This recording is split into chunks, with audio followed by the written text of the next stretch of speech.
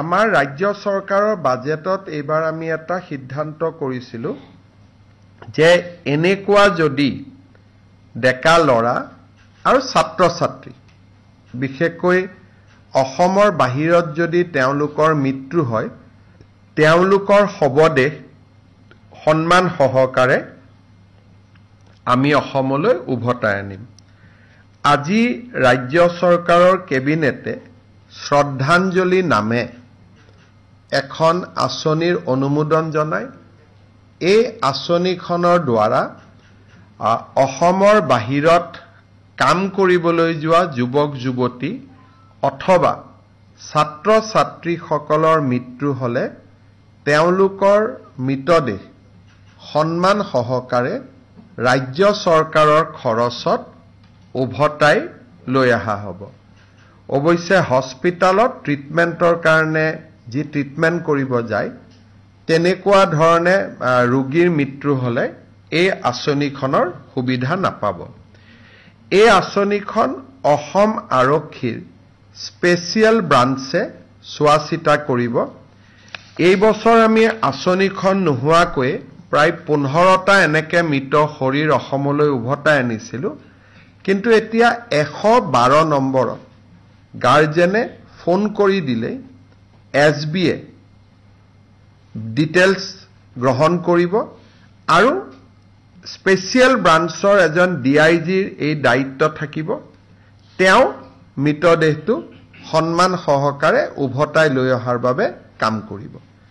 এই শ্ৰদ্ধাঞ্জলি নামৰ আঁচনিখন যিখন আমি অসম চৰকাৰৰ এই বছৰৰ বাজেটত আমি উল্লেখ কৰিছিলো তাক আজি কেবিনেটে অনুমোদন জনায় ৰাভা হাছং আৰু বিভিন্ন সময়ত আমি ঘোষণা কৰিছিলো যে ৰাভা হাছং অট'নমাছ কাউন্সিলৰ বাহিৰত থকা ৰাভা সকলৰ বাবে এখন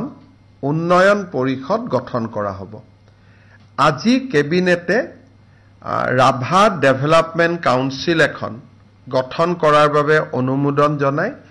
যি মূলতঃ ৰাভা হাছং অঞ্চলৰ বাহিৰত থকা ৰাভা সকলৰ কল্যাণৰ বাবে কাম কৰিব আমাৰ অংগনবাদী কৰ্মীসকল 10 বছৰত কাম কৰাৰ পিছত তেওঁলোকে সুপাৰভাইজাৰ হয় সুপাৰভাইজাৰৰ 25% পদ অংগনবাদী কৰ্মীসকলৰ কাৰণে সংৰক্ষিত আছিল এতিয়া আমি সুপাৰভাইজাৰৰ পদ কৰ্মীসকলৰ বাবে 50% সংৰক্ষণ কৰিম অৰ্থাৎ আইসিডিএছত যিসকল সুপাৰভাইজাৰ থাকে 50% অংগনবাদী কৰ্মীৰ পৰা প্ৰমোশন হ'ব আৰু 50% ষ্টেট লেভেল ৰিক্ৰুটমেন্ট বোৰ্ডৰ পৰা ডাইৰেক্টলি ৰিক্ৰুটমেন্ট হ'ব আগতে ডাইৰেক্ট ৰিক্ৰুটমেন্ট 75% আছিল অংগনবাদী কৰ্মী বাইদেউসকলৰ পৰা 25% সুপাৰভাইজাৰৰ পদ পূৰণ কৰা হৈছিল এতিয়া আমি বাইদেউসকলৰ সুবিধাৰ কাৰণে 25ৰ জাগাত 50% আসন বা সুপাৰভাইজাৰৰ পদ আমি সংৰক্ষণ কৰিবলৈ সিদ্ধান্ত লৈছো আমাৰ অসমত যিসকল থাৰ্ড জেন্ডাৰ আছে যাক আমি ট্ৰেন্সজেন্ডাৰ বুলি কওঁ তেওঁলোকক উচ্চতম ন্যায়ালয়ৰ ৰায় অনুসৰি আজি কেবিনেটে তেওঁলোকক সোশিয়েলি আৰু এডুকেশনালি ব্যাকওয়াৰ্ড ক্লাছৰ মৰ্যাদা দিছে কিন্তু আমি তেওঁলোকক আই কাৰ্ড দিম বা আইডেন্টিটি কাৰ্ড দিম যিসকল অসমৰ বাসিন্দা বাহিৰৰ পৰা যিসকল ট্ৰেন্সজেন্ডাৰ অসমত বিভিন্ন কামত আহে তেওঁলোকে এই মৰ্যাদা নাপাব এই মৰ্যাদা অসমৰ অৰিজিনেল ইনহেবিটেন্ট সকলৰ কাৰণেহে এই সুবিধা খোলা থাকিব বহু দিনৰ পৰা এছাম অংগনবাদী কৰ্মী মধ্যাহ্ন ভোজনৰ ৰান্ধনিয়ে কাৰোবাৰ যি ধৰণে নহওক কিয় পৰোচনাত পৰি কৈ থাকে যে অক্ষয় পাত্ৰ আহিব আমাৰ চাকৰি যাব আমি সকলোকে বাৰে বাৰে কৈ আছিলোঁ যে বিশেষকৈ কিছুমান বাওঁপন্থী ৰাজনৈতিক আদৰ্শৰ লোক এই ৰান্ধনীসকলৰ মাজত সোমাই যায় আৰু আন্দোলন কৰিবৰ কাৰণে বাইদেউসকলক লৈ আহে। মই ডিব্ৰুগড়ৰ এখন মিটিঙত কৈছিলোঁ যে চাকৰি যোৱাটো কথাই নাই, 2 এদিনতে তেওঁলোকৰ দৰমহা বাঢ়িব। আজি কেবিনেটে তেওঁলোকে আজিৰ দিনত 1500কৈ টকা দৰমহা পায়। 1 অক্টোবৰৰ পৰা তেওঁলোকৰ দৰমহা আমি 2000 টকালৈকে বৃদ্ধি কৰিছোঁ। অৰ্থাৎ ৰাজ্য চৰকাৰে 500 টকা আগতে দি আছিল, কেন্দ্ৰই 1000 দি আছিল। এতিয়া কেন্দ্ৰই 1000 দিব, ৰাজ্যই 1000 দিব, টোটেল 2000 টকা এগৰাকী মধ্যাহ্ন ভোজনৰ বাইদেৱে ৰান্ধনীয়ে লাভ কৰিব। আৰু এই আঁচনিটো ৰূপায়ণ কৰিবলৈ যাওঁতে ৰাজ্য চৰকাৰে 108 কোটি টকা খৰচ কৰিব লাগিব। আপোনালোকে জানে যে গোৱালপাৰা জিলাত 2খন ডাঙৰ বিল আছে। এখন বিলৰ নাম হ'ল উৰ্পদ বিল। উৰ্পদ বিলত 1256 হেক্টৰ মাটি আছে।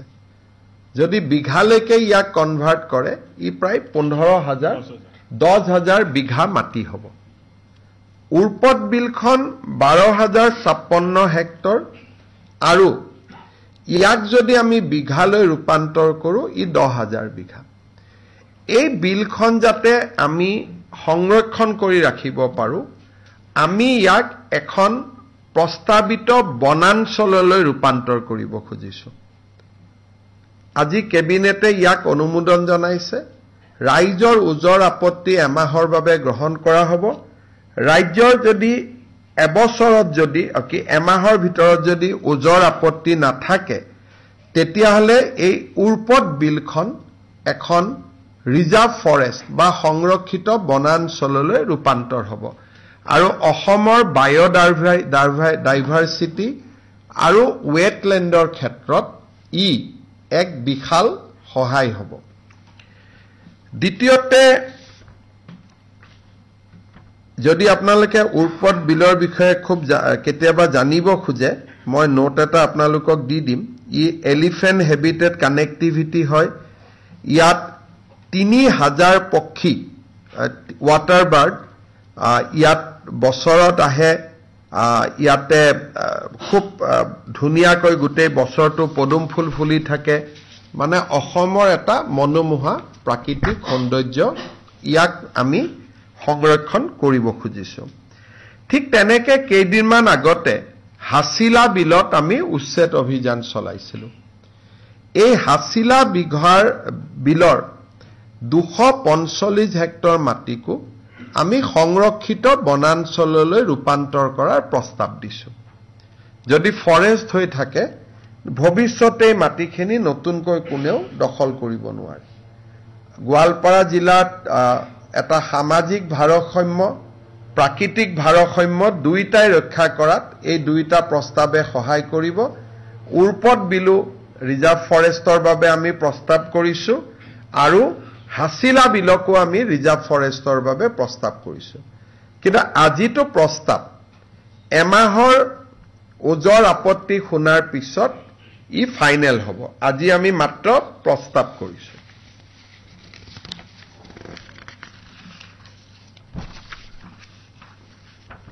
আমাৰ সৰ্বশিক্ষা অভিযানৰ পৰা যিসকল শিক্ষক নিয়মীয়াকৰণ হৈছিল, তেওঁলোকে এটা কাৰিকৰী কাৰণত তেওঁলোকৰ যিটো এনুৱেল ইনক্ৰিমেণ্ট জুলাই মাহৰ আছিলে, সেই ইনক্ৰিমেণ্টটো তেওঁলোকৰ বাদ পৰি গৈছিলে। আজি কেবিনেটে সৰ্বশিক্ষাৰ পৰা নিয়মীয়া হোৱা আটাইবোৰ শিক্ষক আৰু কন্ট্ৰেকচুৱেল টিচাৰ যিসকলক আমি চৰকাৰী চাকৰিত নিয়মীয়া কৰিছিলোঁ, ছেকেণ্ডাৰীত হাইস্কুলৰ অতিৰিক্ত শিক্ষক, LPMEৰ কন্ট্ৰেকচুৱেল টিচাৰ যিসকল নিয়মীয়া হ'ল, তেওঁলোকক এইবাৰ আমি বছৰিকীয়া যিটো 3% ইনক্ৰিমেণ্ট, তাক এপ্ৰিলত নহ'লে নাপায়, জুলাইত তেওঁলোকৰ নিয়মীয়া হোৱাৰ কাৰণে তেওঁলোকে পোৱা নাছিল। কেবিনেটে আজি বিশেষ সিদ্ধান্ত লৈ তেওঁলোকক ইনক্ৰিমেণ্টটো দিবৰ বাবে সিদ্ধান্ত গ্ৰহণ কৰিছে। কেবিনেটে আজি দুটা বাজেটত ঘোষণা কৰা আৰু দুটা ডাঙৰ সিদ্ধান্ত বাস্তৱত ৰূপায়িত কৰিছে ৰাষ্ট্ৰীয় স্বাস্থ্য অভিযান আৰু সমগ্ৰ শিক্ষা অভিযান লগতে এপিডিচিএল এপিজিচিএল আৰু AEGCL Assam power generation corporation Assam power distribution company Assam electricity grid corporation national health mission আৰু সমগ্ৰ শিক্ষা অভিযানত ইয়াতে কাম কৰি থকা সকলো কৰ্মচাৰী আমি আপোন ঘৰ আঁচনিৰ সুবিধা দিম অৰ্থাৎ ৰাজ্য চৰকাৰৰ কৰ্মচাৰীয়ে যেনেকে আপোন ঘৰ আঁচনিৰ সুবিধা পায় এতিয়াৰ পৰা ৰাষ্ট্ৰীয় স্বাস্থ্য অভিযান সমগ্ৰ শিক্ষা অভিযান আৰু অসম ৰাজ্যিক বিদ্যুৎ পৰিষদৰ তিনিওটা কোম্পানী এই আপোন ঘৰৰ সুবিধা পাব অৰ্থাৎ নিজৰ ঘৰ নিৰ্মাণৰ বাবে তেওঁলোকে 30 লাখ টকা বেংকৰ পৰা উইদাউট গ্যাৰেন্টি তেওঁলোকে লবলৈ সক্ষম হ'ব ঠিক তেনেধৰণে এই কৰ্মচাৰীসকলক আমি আপোন বাহন আঁচনিৰ সুবিধা দিবৰ বাবে সিদ্ধান্ত লৈছো আপোন ঘৰ আৰু আপোন বাহন ইউজুৱেলি কন্ট্ৰাকচুৱেল এমপ্লয়ী বা কৰ্পোৰেশ্যনৰ এমপ্লয়ী এই সুবিধা পোৱা নাছিল মই ভাবো যে এই সিদ্ধান্তই ৰাষ্ট্ৰীয় স্বাস্থ্য অভিযান সমগ্ৰ শিক্ষা অভিযানত আৰু শক্তি বিভাগৰ সৈতে জড়িত কৰ্পোৰেশ্যন কেটাৰ কৰ্মচাৰীসকলক যথেষ্ট উৎসাহ যোগাব আপোন বাহন আঁচনি য'ত নেকি উইদাউট ইণ্টাৰেষ্ট উইদাউট গ্যাৰেন্টি গাড়ী লোন পায় চৰকাৰে 3% সুদ দিয়ে আপোন ঘৰতো নতুন ঘৰ বনাব ফ্ল্যাট কিনিব 30 লাখ টকাৰ লোন পায় আৰু 1% ইন্টাৰেষ্ট চৰকাৰে দিয়ে কিন্তু ডাঙৰ কথা যে তেওঁলোকে বেলেগ বন্ধক দিব নালাগে দৰমহাৰ টকাখিনিৰ বিপৰীতে তেওঁলোকে লোন পায় ইমান দিনে ৰাজ্য চৰকাৰৰ কৰ্মচাৰীসকলে পাই আছিল এতিয়াৰ পৰা এছএছএ এনএইচএম বাকি তিনিটা কৰ্পোৰেশ্যনো পাব নিশ্চিতভাৱে তেওঁলোকৰ এটো এটা তেওঁলোকৰ বাবে যথেষ্ট আশাৰ বাতৰি কেইটামান সৰু সৰু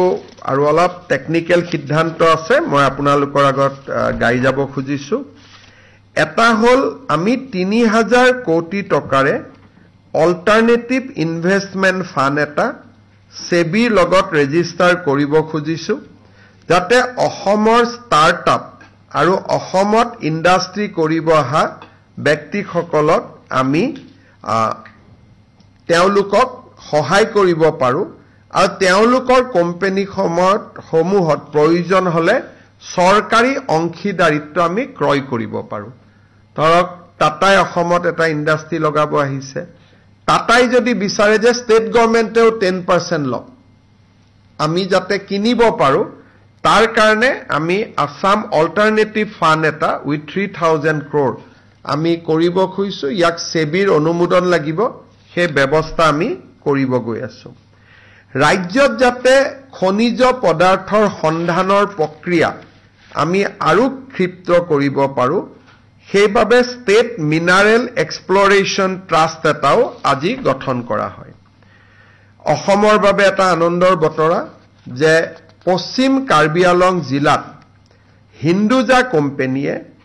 পাম ষ্টৰেজ 900 মেগাৱাটৰ নিৰ্মাণ কৰিব খুজিছে ইয়াৰ ফলত 5400 কোটি টকাৰ বিনিয়োগ হ'ব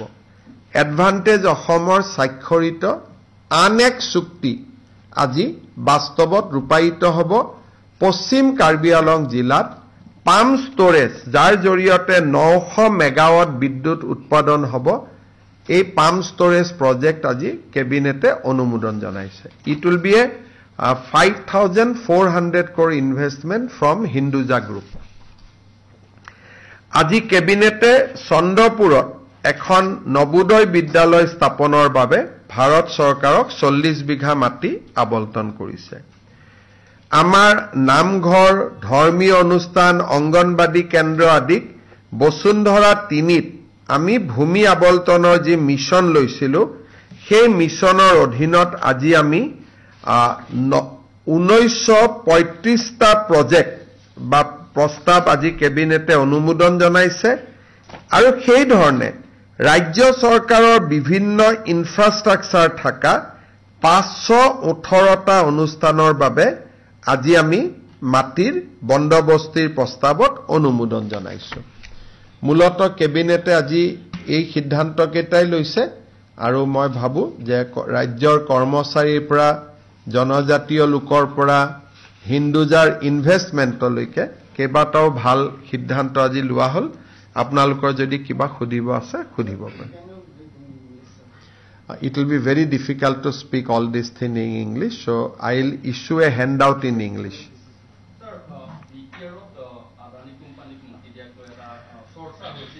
So, BTR Adani mati dia nidia tar logot bishekh eta pokriya lukai ase. Ohomot ami 3000 megawatt thermal power utpadonor babe আমি এটা উদ্যোগ স্থাপন কৰিম আৰু এই উদ্যোগটোৰ বাবে নিবিদা হ'ব নিবিদাত আৰু কেইবাটাও গ্ৰুপে প্ৰতিদ্বন্দিতা কৰিব আৰু ইয়াত ব্যয় হ'ব 40000 কোটি টকা 40000 crores আমি ভাবিছিলো যে জাগিৰোডৰ দৰে সমান ইনভেষ্টমেন্ট এটা যদি কোকৰাঝাৰত হয় তাৰ ৰাইজে আমাক আদৰণি জনাব আৰু BTADৰ উন্নয়নৰ প্ৰক্ৰিয়া ত্বৰান্বিত হ'ব কাৰণ 40000 crores ইনভেষ্টমেন্ট মানে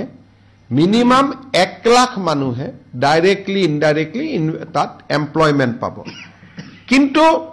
আমি এনেকুৱা বদনাম লব খোজা নাই যে আমি কোনোবা ট্ৰাইবেলৰ মাটি আমি দখল কৰিব খুজিছো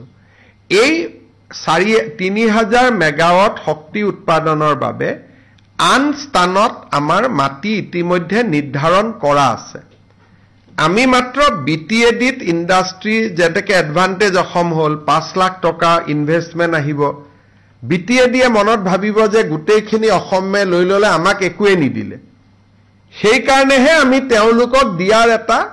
প্ৰস্তাৱ দিছিলো কিন্তু তেওঁলোকে যেহেতু নিজে নালাগে বুলি কৈছে আমাৰ অতিৰিক্ত মাটি মজুত আছে আৰু নৱেম্বৰত তাৰ আধাৰশিলাও হ'ব আৰু উদ্যোগটো আগবাঢ়িও যাব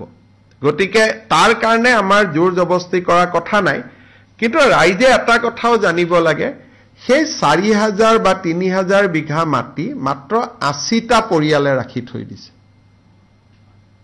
গতিকে 80টা পৰিয়ালে 4000 বিঘা মাটি ভোগ দখলত থাকিব লাগে নেকি গতিকে মই আহ্বান জনাম যে তাত আদানী নহয় অন্তত মেডিকেল কলেজ হক ইঞ্জিনিয়াৰিং কলেজ হক কিবা ভাল কামত সেই মাটিখিনি ব্যৱহাৰ হক কিন্তু আমাৰ পাৱাৰ প্ৰজেক্টৰ কাৰণে আমাৰ এনেকুৱা কোনো বাধ্যবাধকতা নাই যে আমি তাতেই যাব লাগিব অতিৰিক্ত দুই দুখৰ মাটি আমি ধুবুৰী আৰু গোৱালপাৰা জিলাত আমি ৰেডি কৰি থৈছো গতিকে তাৰ পৰা যদি বিটিআৰে ভাবে যে আমাৰ ইয়াত নালাগে আমি ডেফিনেটলি ধুবুৰী বা গোৱালপাৰাত এই প্ৰজেক্টটো কৰিম কাৰণ উইদাউট শক্তি 2029 চনৰ পিছত অসমৰ এটা ঘৰতো লাইট নজ্বলিব যদি আমি পাৱাৰ প্লান্ট নকৰো আনকি বিটিআৰৰ এটা ঘৰত লাইট নজ্বলিব যদি আমাৰ পাৱাৰ প্লান্ট নহয় কিন্তু এইখন চৰকাৰৰ নীতি যে আমি কতোৱে জনজাতীয় লোকৰ লগত সংঘাত নকৰো তেওঁলোকে ভাল পাব বুলিহে আমি প্ৰজেক্টটো তাত লৈ গৈছিলো নহলে কব আপোনালোকে জাগিৰোডত কৰে গুৱাহাটীত কৰে বিটিআৰত একো নকৰে আমি সেই কাৰণেহে গৈছিলো কিন্তু আমাৰ ধুবুৰী আৰু গোৱালপাৰাত মাটি ইতিমধ্যে ইনফেক্ট ওয়ালৰ কামো চলি আছে কাটাতাৰৰ বেৰা আদিৰ কাম চলি আছে গতিকে এই প্ৰজেক্টটো নিৰ্ধাৰিত সময়ত ভাৰত চৰকাৰৰ পৰা আমি কোল লিংকেজো পাই গলো গতিকে মই ভাবো যে নৱেম্বৰত এই 40000 কোটি টকা বিনিয়োগৰ আধাৰশিলাও হ'ব আৰু আমি কামত আগবাঢ়িও যাব পাৰিম আজি গোৱালপাৰা সাংসদ ৰকিবুল হুছেইনক এভিক্টেড পাৰ্চন এটা খেদিছে তাৰ পিছতে সংবাদমেল দিকলাই ৰকিবুল হুছেইনে বিজেপিৰ অভিযোগ তুলিছে যে সেয়া কোনো ভিক্টিম নহয় সেয়া বিজেপিৰ প্ৰত্যেকজন আজি ৰকিবুল হুছেইনক তাৰ পৰা যি কেইগৰাকী মানুহে তেওঁক বেয়া ব্যৱহাৰে হওক খেদিছে প্ৰত্যেকগৰাকী মানুহ মুছলিম মানুহ আৰু বংগীয় মূলৰ মুছলিম মানুহ আৰু সেই জায়গাটোত পৰহি ময়ো যাম মোকো কোনোবাই শ্লোগান দিব পাৰে মোৰ এগেইনষ্টত মই নাজানো কিন্তু পৰহি মই যাম কাৰণ আজি আমি সিদ্ধান্ত ললো এখন ফৰেষ্ট কৰিম গতিকে পৰহি অশোক সিংহাল আৰু ময়ো তাতে যাম গতিকে কিন্তু ৰকিবুল হুছেইনক জুনে তুনে খেদে এতিয়া